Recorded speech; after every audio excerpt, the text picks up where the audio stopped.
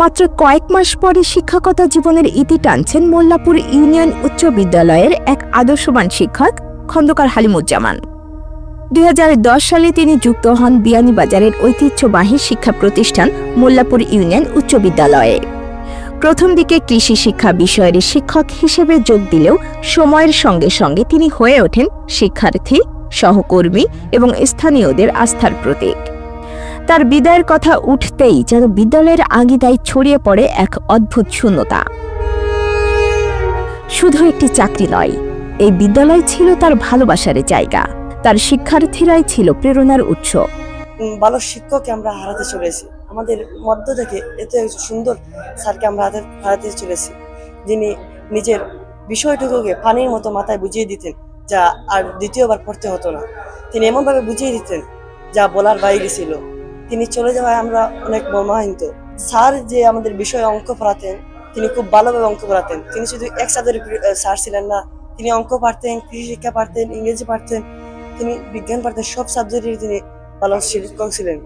বড় হলে আমরা স্যারকে দেখাবো, স্যার আপনার কৃতিত্বে আজকে আমরা উন্নত হতে পেরেছি।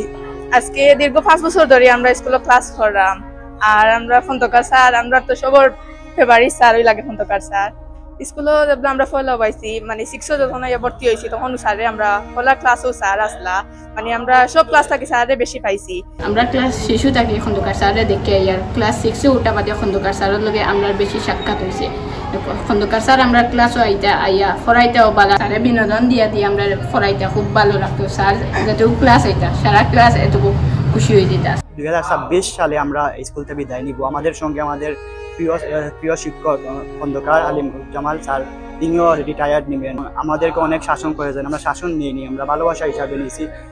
গত কয়েক বছরে বিদায় নিয়েছেন বিদ্যালয়ের আরও 2 অভিজ্ঞ শিক্ষক, প্রাক্তন প্রধান শিক্ষক হাজী সুফিয়ান আহমেদ এবং সিনিয়র সহকারী শিক্ষক আজিমুদ্দিন। তাদের পথ ধরেই এবার শিক্ষকতা জীবনের ইতি টানছেন খন্দকার হালিমুজ্জামান। তিনি ছিলেন শুধুই একজন শিক্ষক নন, তিনি ছিলেন মর্যাদার প্রতীক, ছিলেন নৈতিক শিক্ষার আলোকবর্তিকা। আমি বিয়ানীবাজারে পা রাখি 2008 সালে। 8 সাল থেকে 10 সাল পর্যন্ত বিয়ানীবাজার পঞ্চখণ্ড হরগোবিন্দ উচ্চ বিদ্যালয়ে চাকরি করি। এরপরে মোল্লাপুর ইউনিয়ন উচ্চ বিদ্যালয়ে, বিয়ানীবাজারের মধ্যে একটা ঐতিহ্যবাহী স্কুল, এখানে আমি যোগদান করি। এখানে প্রায় আমার রানিং চলে 15 বছর।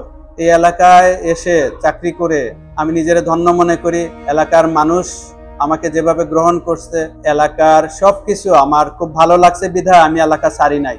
এত ভালো লাগছে আমার বিয়ানীবাজারে মোল্লাপুর ইউনিয়নের তখনকার প্রধান শিক্ষক হাজী সুফিয়ান আহমদ, ওনার মাধ্যমে এবং ওনার হাতে নিয়োগ আমার এই স্কুলে। চাকরি বিধি মোতাবেক আমাকে চলে যেতে হবে স্কুল থেকে।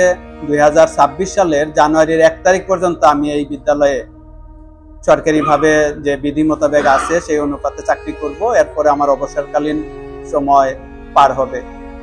একজন হেড এক্সামিনার ছিলাম, একজন মাস্টার ট্রেনার ছিলাম বিয়ানীবাজার মাধ্যমিক শিক্ষা এবং সিলেট বোর্ডের হেড এক্সামিনার কৃষি শিক্ষা বিষয়ে। অনেক প্রাক্তন শিক্ষার্থী, তারা খুবই আন্তরিক এবং বিভিন্ন দিকে দেশ বিদেশে ছড়ানো আছে বিভিন্ন শিক্ষার্থীরা, এবং তারা খুবই আন্তরিক। এখনো দেখা সাক্ষাৎ হলে তারা খোঁজ খবর নেয়। আমি তাদের সবার মঙ্গল কামনা করি। আমার শিক্ষার্থীরা সবাই আমার জন্য দোয়া করবেন। আমি সবার কাছে দোয়া চাই, সবার ভালোবাসা নিয়ে এই বিয়ানীবাজার থেকে আমি বিদায় নিতে চাই।